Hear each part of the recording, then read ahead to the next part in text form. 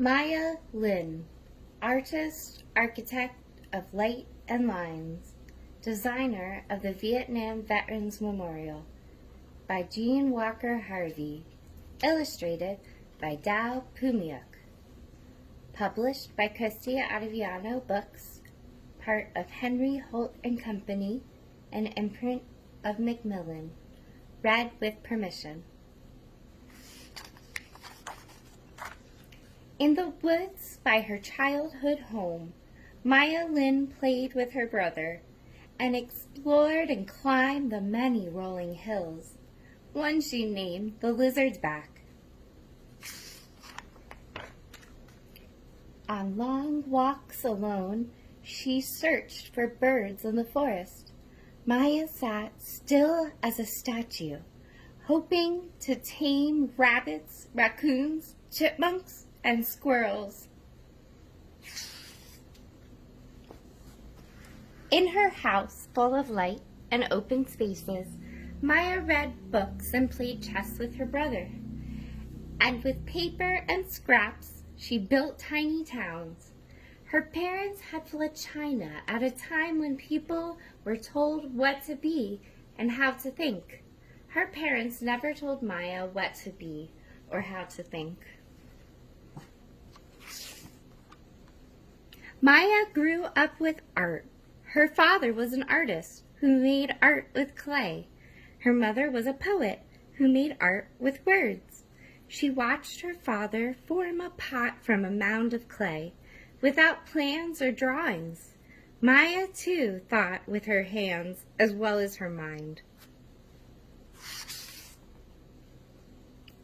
One day, when Maya looked at the patterns of light and lines on the ceiling of her college library, she imagined she would become an architect who created buildings with art, science, and math. While studying overseas, Maya wandered through countries and cities, gazing at buildings of all types, new and old, learning all she could. In her last year of college, Maya entered a contest to design a memorial to honor soldiers who died during the Vietnam War. The contest rules said the memorial must blend with a park setting and include the name of every soldier who died fighting or was missing. Almost 58,000 names. These rules rang true to Maya. She knew the power of names. Maya believed that a name brings back all the memories of a person, more than a photo of a moment in time.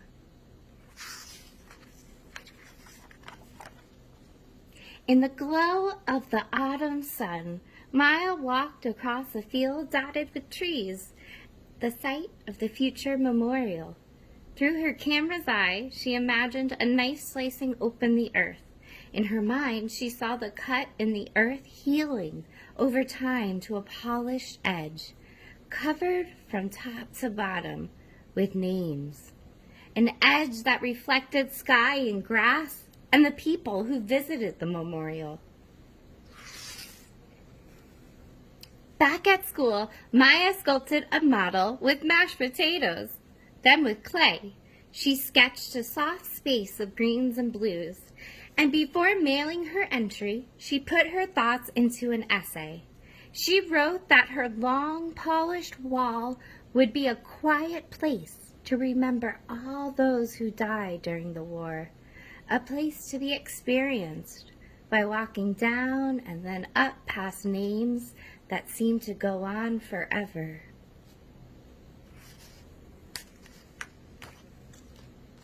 The contest received so many entries, enough to fill an airplane hangar. Lots of famous architects and artists entered. The names of the contestants were hidden from view. Out of the 1,421 entries, Maya's design was chosen. Simple yet strong, creative and new. But when they found out Maya was the winner, the judges were shocked. She wasn't famous. She was a young woman still in school. Maya was as surprised as the judges. All was excitement at first, but then people objected. Some said her design looked like a bat, a boomerang, a black gash of shame. Their angry words stung Maya. For months, public hearings were held. Some people wanted to change the design. Maya was young, but she was brave. She didn't back down. Finally, her design was approved. Maya worked with a team of architects and engineers who devised plans to excavate the land, build the wall. The granite was cut, polished, and engraved with the soldiers' names. The earth was dug up. Maya watched the panels suspended in space, set in place. The first time Maya visited the finished wall, she searched for the name of the father of a friend.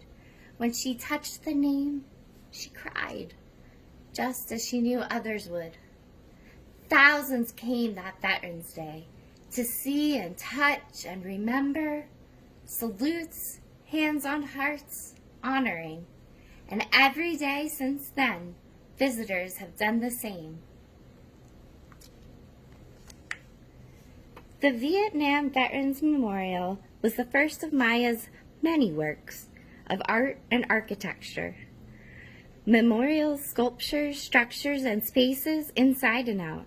Each piece is different, but all share Maya's vision. She wants people to be a part of her art. Look, touch, read, walk around, sit by, think about. And just like when she was a child who named a hill the Lizard's Back, Maya names her projects, often words from nature. Names such as Sounding Stones, Topo, The Wave Field, 10 Degrees North, Reading a Garden.